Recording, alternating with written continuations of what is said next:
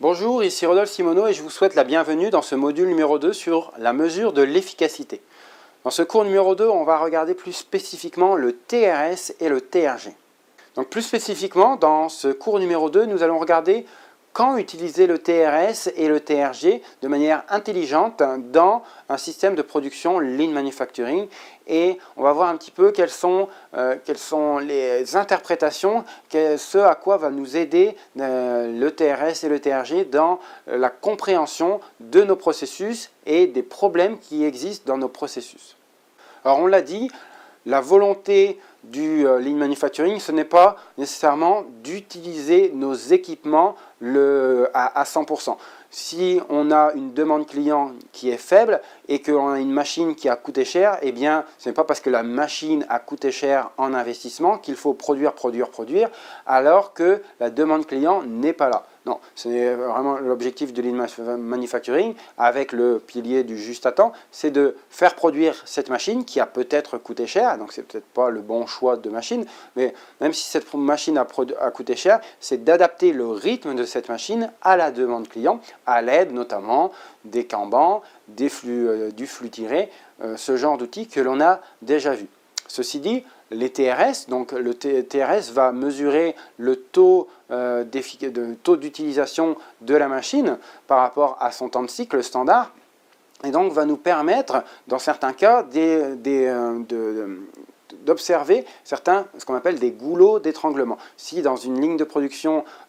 certaines opérations ne sont pas capables d'être réalisées à l'intérieur du temps TAC, le temps de la demande client, eh bien, avant de commencer à racheter un nouvel équipement qui est nécessaire à l'exécution de cette étape, on va pouvoir regarder ce genre d'indicateur comme le TRS, à savoir si la machine est vraiment utilisée à un taux satisfaisant, donc 80, 90, 100%, dépendamment des équipements,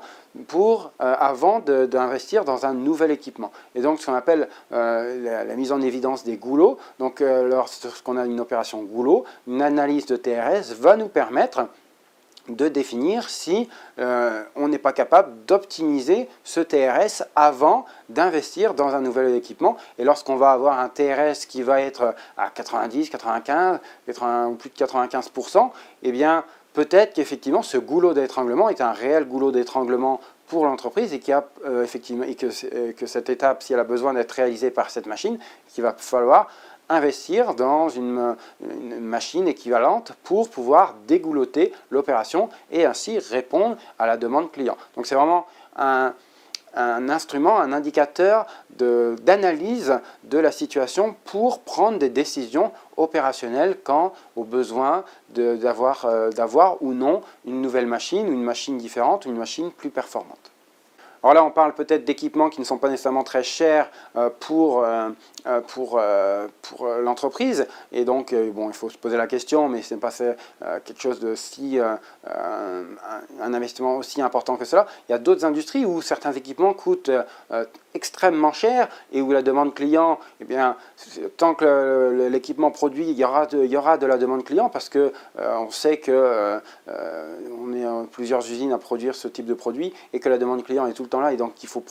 maximiser l'utilisation de l'équipement. Et là, on va prendre en considération notre TRG, le TRG, le taux de rendement global, où on va avoir dans cette utilisation de cet indicateur, on va s'assurer que au-delà du temps disponible de cet équipement pour la production, que le temps disponible total de cet équipement, incluant les arrêts programmés, on va voir un petit peu les différents types d'arrêts après, mais incluant les arrêts pendant lesquels la maintenance a besoin de réaliser des choses là-dessus, eh bien que ces temps d'arrêt programmés sont minimisés pour maximiser ce TRG, ce taux de rendement global. Et encore une fois, si on a des TRG qui sont élevés sur des équipements qui coûtent très cher, l'exemple d'un laminoir ici, ou d'une presse à injection, et si on sait que le rythme de la demande client est en dessous et bien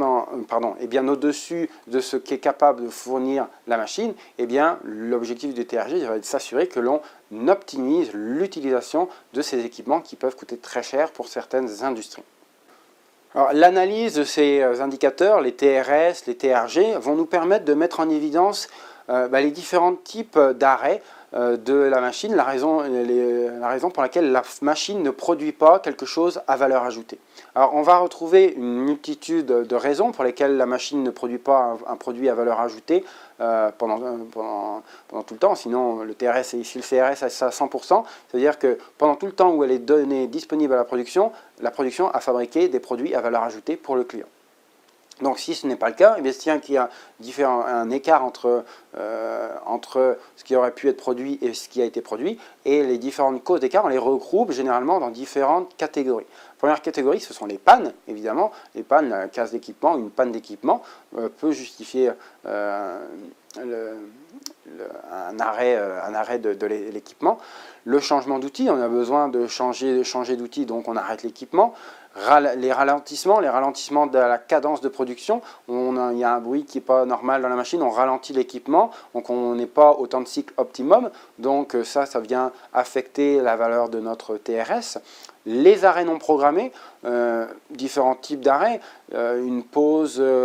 inopinée pour une réunion exceptionnelle avec, je ne sais pas, l'ingénierie, la direction, on arrête l'équipement pour aller à cette réunion, donc un arrêt non programmé. Les défauts sur la ligne, on s'aperçoit que la machine produit depuis 2 heures quelque chose avec un défaut de manière systématique, cette production pendant 2 heures, ça va être amputé sur le TRS. Et les défauts de qualité, comme les pièces qui ne sont pas aux bonnes dimensions, donc ça va aussi être amputé sur le TRS. Le TRG prend aussi en compte le décompte des heures qui sont utilisées par la maintenance, donc ce qu'on appelle les arrêts programmés. Et la maintenance, on l'a dit par exemple, avec une machine a besoin d'effectuer tous les lundis matins un préventif de 2 heures sur les filtres de manière obligatoire, de manière à assurer la durée de vie de l'équipement, eh bien ces 2 heures, dans le cadre du TRG, vont affecter l'indicateur alors qu'elles ne l'affectent pas dans le TRS. Donc c'est la seule différence qu'il y a entre le TRS et le TRG. Le TRG prend en compte aussi dans son ratio les arrêts programmés et donc pénalise d'autant le TRG de la longueur de ces arrêts programmés, généralement par la maintenance, pour les préventifs qui sont de toute façon anticipés par la production. Donc maintenant qu'on a vu à quoi ça servait,